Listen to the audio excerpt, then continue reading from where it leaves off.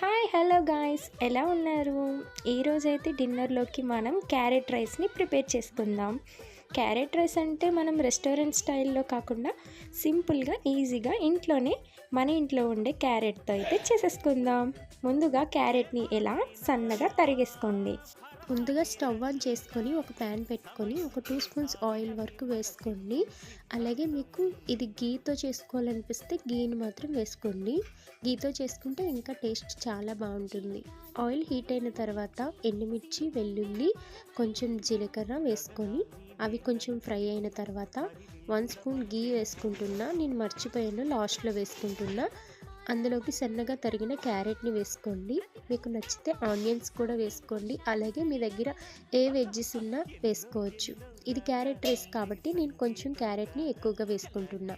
ముందుగానే రైస్ని కుక్ చేసి పక్కన పెట్టుకుంటున్నా.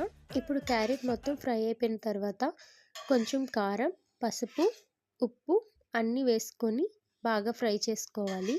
బాగా అంటే క్యారెట్ మొత్తం ఫ్రై అయిపోవాల్సిన అవసరం లేదు. కొంచెం తర్వాత దీంట్లోకి రైస్ని వేసుకుంటున్నా. నేను గార్లిక్ జింజర్ పేస్ట్ కూడా వేసాను, మీకు చెప్పడం మర్చిపోయాను, అది కూడా వేసుకోండి.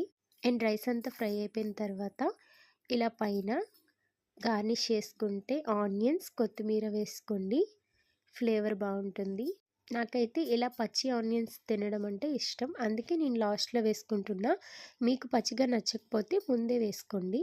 లాస్ట్గా ఒకసారి ఇలాగ మొత్తం కలిపేసుకున్నాక టేస్ట్ అది సరిపోయిందా లేదా సాల్ట్ ఒకసారి చెక్ చేసుకొని సర్వ్ చేసుకుంటే వేడి వేడి క్యారెట్ రైస్ అయితే రెడీ అయిపోతుంది.